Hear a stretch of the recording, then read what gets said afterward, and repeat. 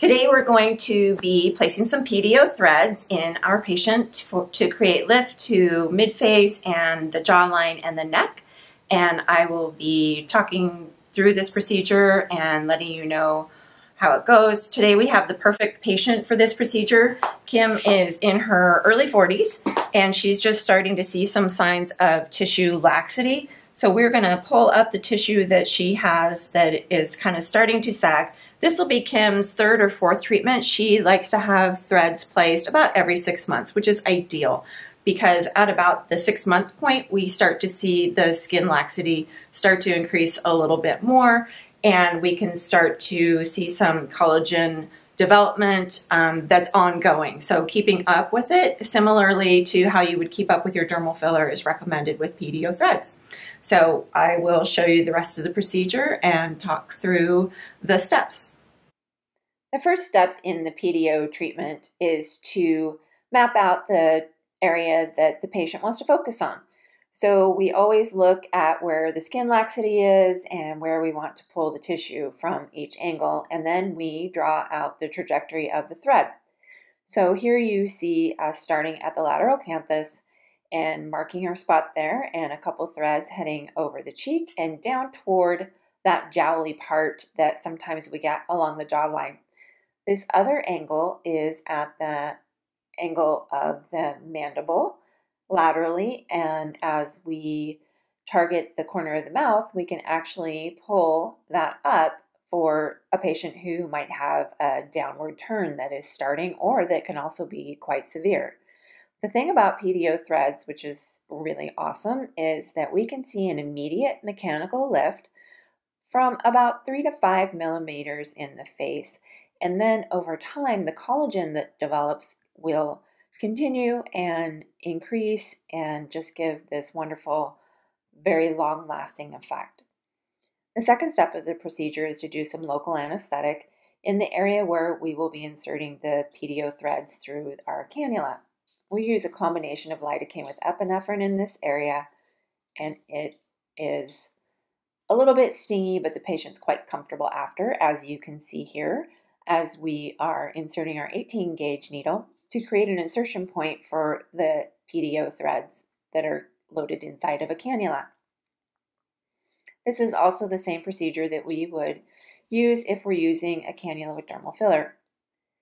Here we can see the first of our PDO threads being inserted, and as the provider hits that mid-dermal plane, the cannula slides quite easily, and we can see that our patient is in no distress at all. It's quite comfortable, also considering that she's had a oral block, which leads to added general anesthetic, pretty much the full face.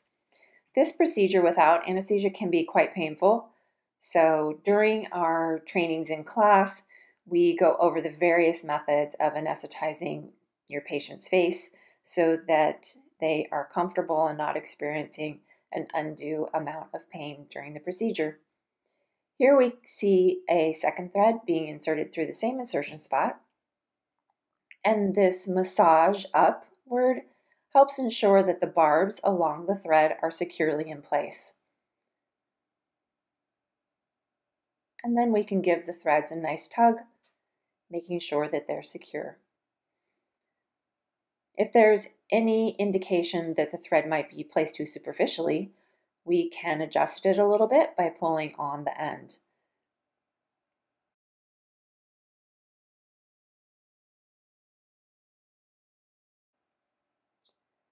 Threads can be easily modified while they're being placed. However, after complete placement and snipping, it can be quite difficult to remedy any situation, and especially to completely remove the thread. Here we see a PDO thread being placed toward the corner of the mouth with a nice strong palpation to secure the barbs.